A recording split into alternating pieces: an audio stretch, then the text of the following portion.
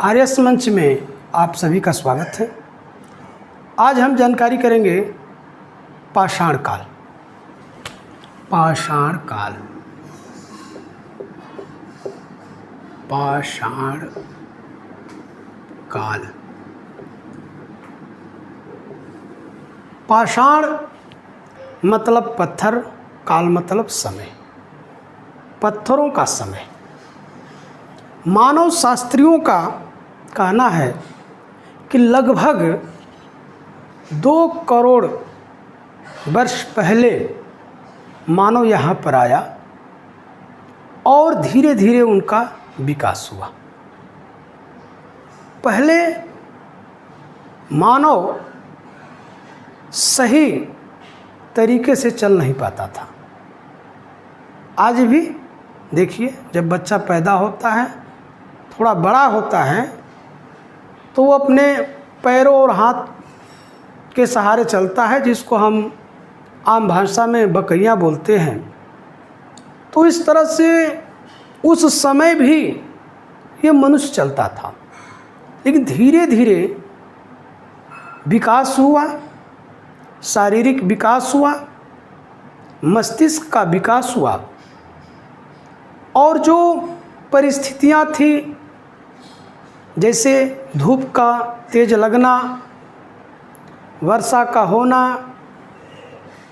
ठंडी का लगना, पत्थरों का पड़ना, इस तरह से मनुष्य ने धीरे धीरे उसमें अपने आप को समायोजित किया।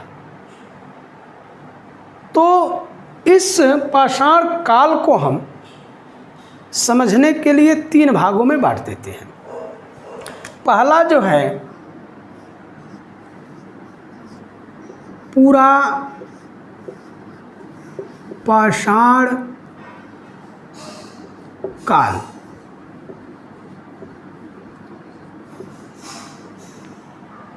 पूरा पाषाण काल वह काल है जिसमें मानव खुले जगहों पर रहता था, जंगलों में रहता था, पशुओं को मारकर खाता था और झुंड में रहता था।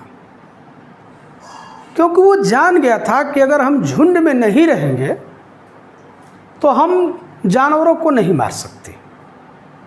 तो झुंड बना करके, और जो बड़े बड़े पत्थर होते थे, बेडौल पत्थर होते थे, उसी से शिकार करता था।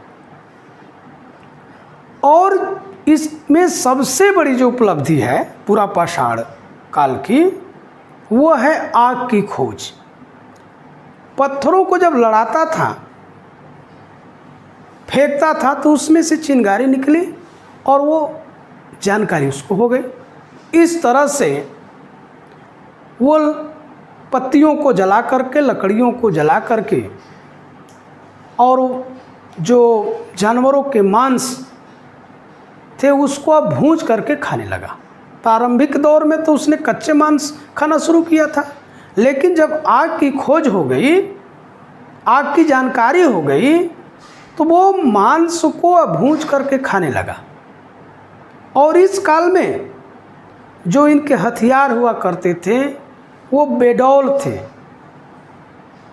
पत्थरों के जो है कि नुकीले नहीं, बल्कि टूटे फूटे होते थे, उससे अपना शिकार करता था। तो इसमें सबसे बड़ी जो उपलब्धि है, कंपटीशनों में आता है, तो पूरा पाषाण काल में जो सबसे महत्वपूर्ण खोज हुई, आग की खोज। आग की खोज। आग की खोज कब हुई? पूरा पाषाण काल में। अब दूसरे नंबर पर है मध्य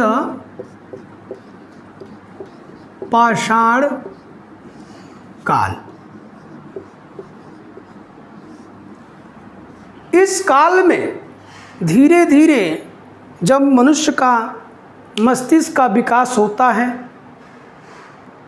तो उनको लगा कि ये जो पशु हैं ये हमारे काम के हैं। तो पशुओं का पालन शुरू कर दिया, पशुओं को पकड़ करके लेकर आया, और उसमें जो सबसे पहले जो पशु को इन्होंने पालना शुरू किया वो है कुत्ता।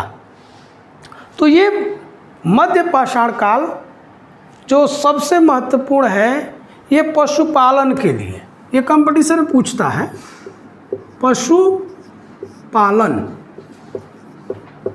और पशुपालन में सबसे पहले किसको जो है कि पाला, कुत्ता को, कुत्ता को सबसे पहले इसने पाला। और जगह जगह उसने देखा कि जो दाने हैं, मान लीजिए चने के दाने, उस चने के दाने को उसने देखा कि ये गीली मिट्टी में वो अंकुरित हो रहा है।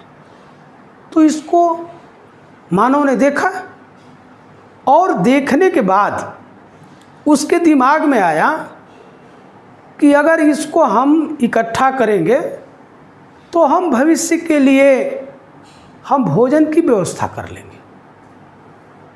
तो इस तरह से इसकी भी जानकारी हो गई, और जहाँ पर ये फसल उगते थे अनाज ले आकर के इकट्ठा करके और भंडारण शुरू किया। तीसरा नंबर है नवपाषाण काल। नवपाषाण काल, नव मतलब होता है नया, काल मतलब समय। अब मानव का विकास और बढ़ गया, ये जानकारी आग की खोज हो गई, पशुओं को पालना शुरू कर दिया। अब ये क्या किया कि अब ये खेती करना जान गया। अब जो अनाज को इकट्ठा करता था मध्य पाषाण काल में, अब उस अनाज को खेतों में बोना शुरू कर दिया। तो इस तरह से उसको कृषि की जानकारी हो गई, बढ़िया तरीके से कृषि करने लगा। और इसके साथ साथ जो उसके हथियार थे वो हथियार अपने काम लायक बनाना शुरू कर दिया। जैसे छोटे मोटे हथियार, कुल्हाड़ी हो गया, हंसिया हो गया, काम की चीज़ों को वो धीरे धीरे औजार बनाना शुरू कर दिया और काम लेना शुरू किया। इसमें जो सबसे महत्वपूर्ण जो खोज हुआ, आविष्कार हुआ, वो है पहिए का आविष्कार। पूछता है कंपटीशनों में, नवपाषाण काल में सबसे महत्वपूर्ण पहिए